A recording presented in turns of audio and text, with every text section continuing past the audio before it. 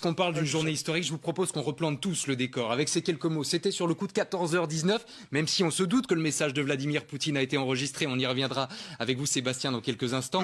Ces mots qui ont chamboulé la planète l'espace parfois de quelques secondes.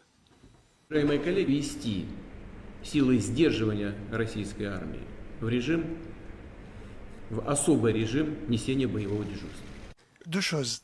D'abord, en matière nucléaire, moins on parle, mieux c'est. Je veux dire, il faut surtout éviter l'escalade.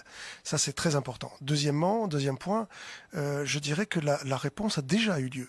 Parce que c'est la deuxième fois que Poutine évoque l'arme nucléaire. Là, il est allé un cran au-dessus. Il a mis ses forces en état, en alerte, qui inclut le nucléaire. C'est-à-dire qu'il est passé d'un niveau bas, qui est le niveau 4, au niveau 3. Mais dès avant, il y a 2 ou 3 jours de cela, le ministre des Affaires étrangères français, Jean-Yves Le Drian, a rappelé à Vladimir Poutine que l'Alliance Atlantique possédait elle aussi est une alliance nucléaire. Donc il le sait, tout le monde le sait. Je crois qu'il vaut mieux éviter, c'est pas une mauvaise chose si on s'en tient là, parce que ça peut déraper très vite. On connaît la doctrine d'emploi des armes nucléaires russes. Ils sont d'une certaine façon, ce qui n'est pas le cas des Français, dans une optique que l'on appelle dite du champ de bataille, c'est-à-dire qu'ils ne rechigneraient pas éventuellement à utiliser des forces nucléaires, des armes nucléaires à puissance relativement faible sur le champ de bataille même. Alors, donc je crois qu'il faut vraiment y aller doucement là-dessus avec Vladimir Poutine. On reviendra sur le dossier nucléaire tout à l'heure avec André. Écoutez, moi je rejoins tout à fait André Dumoulin. La dissuasion, ça se passe d'abord et avant tout dans la tête de l'adversaire. Voilà. Et André Dumoulin a tout à fait raison de rappeler que c'est une bataille des volontés. Quand Vladimir Poutine met ses forces nucléaires, ses forces en état d'alerte, y compris nucléaire, il envoie un message aux populations européennes. Il dit tremblez, braves gens, parce que le prochain coup, j'utilise la bombe nucléaire. Ça fait partie de cette guerre des perceptions, de cette guerre hybride qui consiste à vaincre la guerre avant de l'avoir menée. Donc oui, il fait de la gesticulation. Bon, il faut pas se laisser impressionner. Alors, qu'est-ce que veut Poutine au fond ? C'est assez simple. Il ne veut pas de démocratie à ses portes. Il veut réduire l'Ukraine au même rang que la Biélorussie d'État vassal. Tout ça provient du fait, non pas de l'OTAN, de l'élargissement de l'OTAN comme on l'a dit, mais ça vient du fait, ça vient de très loin. Ça vient de la révolution des roses en Géorgie, ça vient de la révolution orange en 2004, ça vient de Maïdan en 2014, ça vient de ce qui s'est passé l'année dernière où Loukachenko a été battu aux élections. Non, je voudrais rebondir sur cette idée de défense européenne parce qu'au fond, il faut essayer de penser le coup d'après. C'est quoi les conséquences à moyen terme de ce qui est en train de se passer? C'est ça qui est important de savoir. Quid de la défense européenne? Ça, c'est la question qui m'intéresse.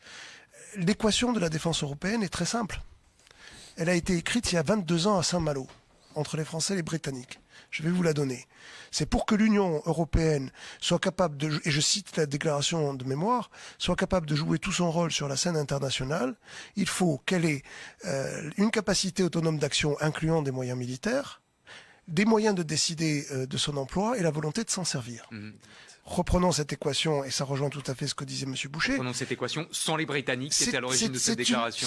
Oui, peu importe, c'est une multiplication. C'est-à-dire que pour être autonome stratégiquement, il faut, une volonté politique, que multiplie une aptitude à décider, que multiplie une capacité d'action. C'est bien au-delà de l'état-major européen, c'est une aptitude à décider ensemble.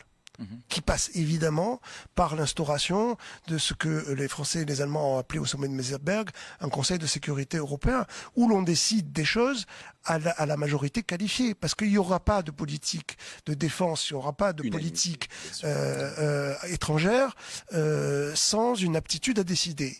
Et à supposer qu'on ait cette aptitude à décider, Eh bien, encore faut-il avoir une capacité autonome d'action.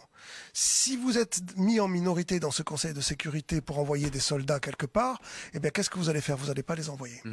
Même si vous avez été associé à la décision. Donc c'est ça qui est important, d'avoir des capacités en propre. Mais le plus important de tout, c'est la volonté politique. Et là... Est-ce qu'il peut naître ce soir, au détour de ce qu'on vient d'entendre? Je vais vous dire, je suis très réservé. Je crois qu'on est à la croisée des chemins. Comme diraient les Américains, the jury is still out. Je sais pas. Il va y avoir, je crois, le renforcement des camps traditionnels, c'est-à-dire entre ceux qui pensent qui vont revenir dans le giron du protectorat américain et dire, vous voyez, on vous l'avait bien dit, il n'y a pas de sécurité en dehors des États-Unis, donc il faut vraiment arrimer les États-Unis, etc. Et puis il va y avoir peut-être un camp plus restreint de ceux qui disent, il faut une défense européenne. Il y a une chose qui pourrait vraiment conduire, en plus de l'Ukraine, à la constitution d'une défense européenne, c'est si Trump revenait au pouvoir.